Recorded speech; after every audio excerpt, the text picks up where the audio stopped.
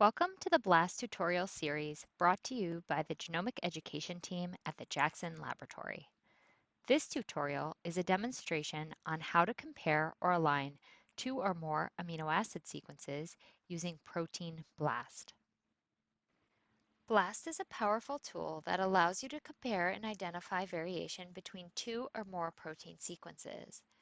BLAST will use sequence alignment to accomplish this.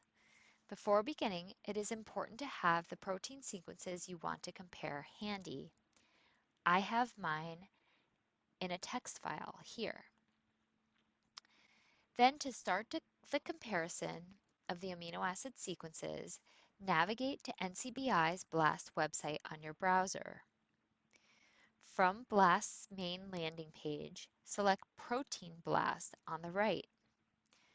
Once Protein BLAST loads, check the box Align two or more sequences to load a second entry box.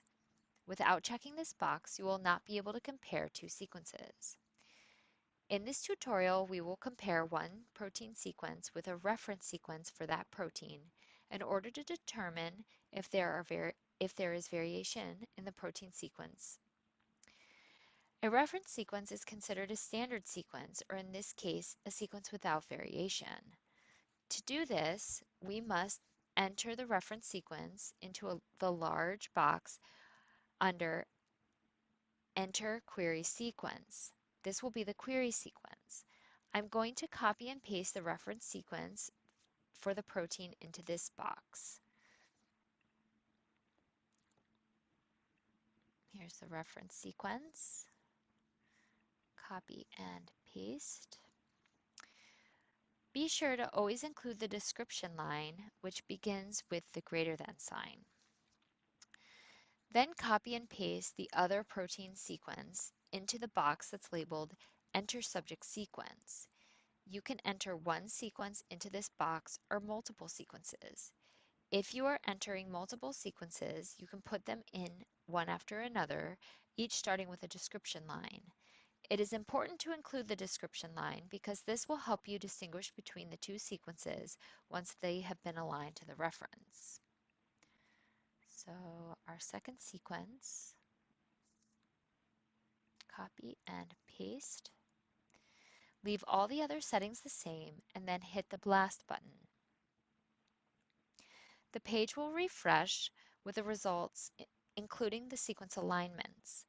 Once this happens, scroll down to the table and look at the Descriptions tab to see various aspects of the alignment. Now, I only did one alignment here, which you can see, but you should see one alignment for each different sequence you entered into the subject box. Look first at the percent coverage, which is listed here as query cover. In this case, the alignment has 100% coverage. Coverage is an indication of the length of the compared query and subject sequences relative to each other. 100% coverage indicates that the subject sequence spans the entire length of the query, which in this case is the reference sequence. Next, look at the percent identity, which is abbreviated here per ident, which provides an indication of how similar the subject sequences are to the query sequence. More specifically, this value gives you a clue as to how many of the amino acids are the same between the two sequences.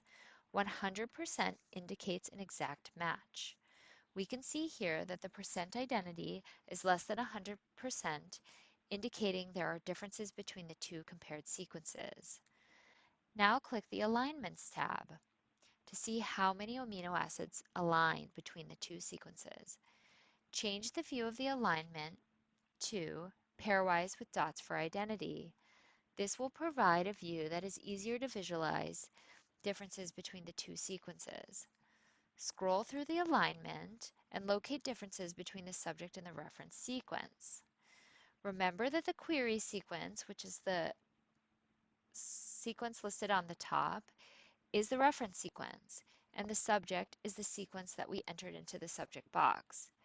Including the description line when you enter the subject sequences into BLAST will provide a title for each alignment.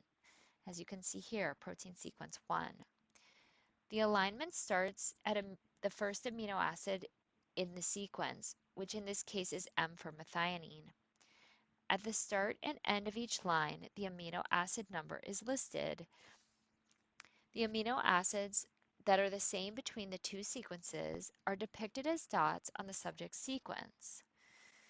Looking at the alignment, we see that the amino acid number 619, a number we can calculate from counting over from 601, is an asterisk in the subject sequence.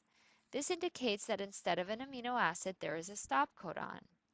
In this example, the protein would be truncated at this point, as this stop codon would signal to stop translation, and the rest of the amino acids in the sequence would not be included in the final protein. Now, if this was a letter instead of an asterisk, this would indicate a change in the amino acid in the subject sequence.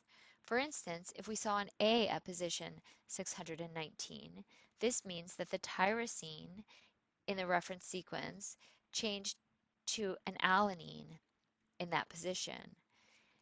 If there was an insertion in the subject sequence, including extra amino acids, there would be dashes in the reference sequence as placeholders.